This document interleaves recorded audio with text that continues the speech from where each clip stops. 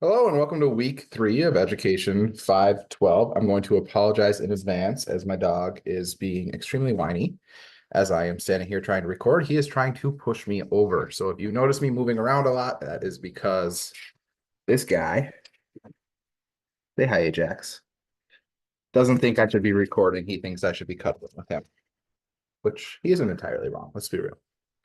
So great work so far. We're going to go into both discussion boards this week, as well as your opening remarks activity, and start looking at the first assignment that is due in week 4. So for the warm welcome, the blob that you most feel connected to is this number because blank. Please respond in the opening remarks thread. I would say that I am probably number 5 today. I am still trying to get over that illness that was hitting me really hard last week. Spent the last week and a half on antibiotics, not sure they worked, but I can talk this week, so that is a bonus, but I am absolutely exhausted from it. So I hope everybody is doing better than number 5. Moving on, growing our week's learning outcomes are to grow as a community of learners while implementing the 3 signature practices, our warm welcome, our engaging activities, and our optimistic close. We're going to link learning of ethics to communication with some video prompts and then a discussion board post, 2 of them, and engage in thoughtful questioning around current educational topics on a discussion board post.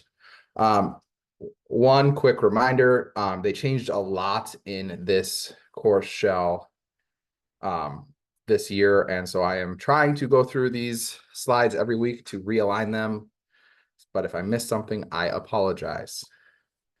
I have posted these slides in week 3 opening remarks. You're fine, Ajax. And in there, if you could open up the slides and view this video, it should open up in YouTube. Oh, it opens up right in the slide. You don't even have to go to YouTube this time. It used to go to YouTube. Just a quick video about what is ethics. I'm going to try to keep this video from me short again this week, as there are some longer ones in the discussion boards. So discussion board 1, reflecting on chapter 3 from, I want to say it's Jones, or Johnson. And now my internet's going to freeze. So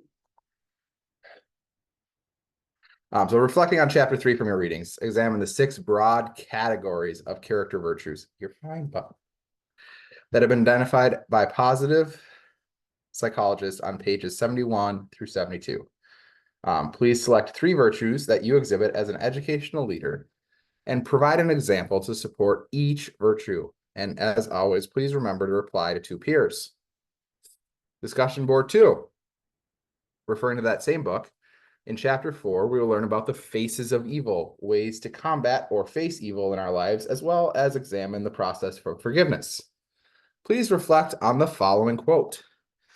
Evil, as a choice, puts the ethical burden squarely on our shoulders. Group and organizational pressures may contribute to our wrongdoing, but we are the ones who make the decisions to participate in evil acts.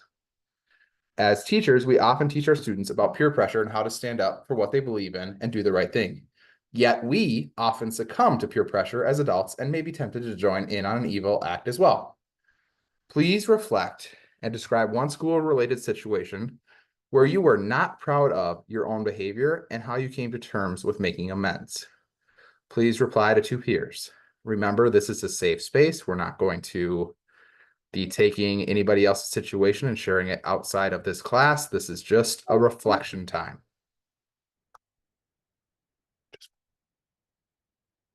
None of these are showing up. They were showing up earlier. Okay. Calendar check. Due Saturday, 9/28 is a moral reasoning reflection paper. We will discuss that in a couple slides. And then the week after that, you have an ethical and moral leadership presentation. I will add that to the slides for next week. And then due Saturday of week 7, the 19th, is the normative leadership theories impact paper. So you have a big assignment due week 4, week 5, and week 7. So for your assignment that is due week 4, It is a moral reasoning reflection paper. You'll be viewing a thought-provoking video. It is 55 minutes long, so if you wanted to get started on that early, that's probably not a bad idea, which may challenge some of your personal and or professional beliefs on what is right. This video is posted in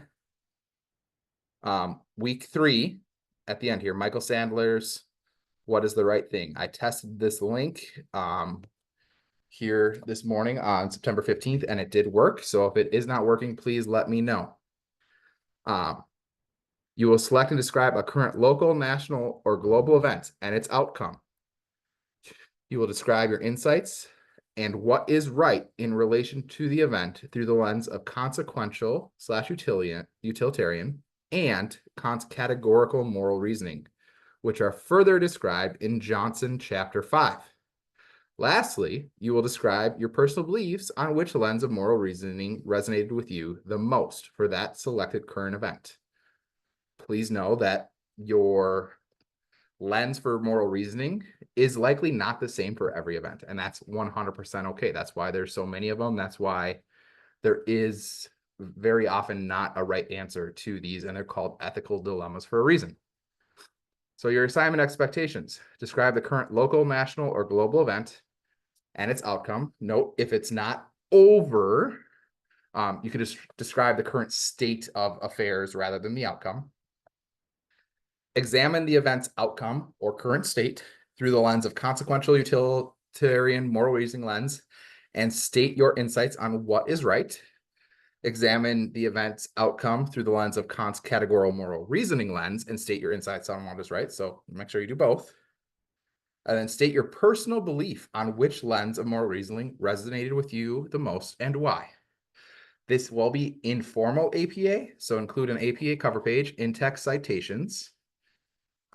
So definitely chapter 5 of that Johnson book. And then if you can find some articles or newspaper headings about the event or issue, and a reference page. 5 to 6 pages of content that doesn't include the cover page or the reference page. And you can use first person voice.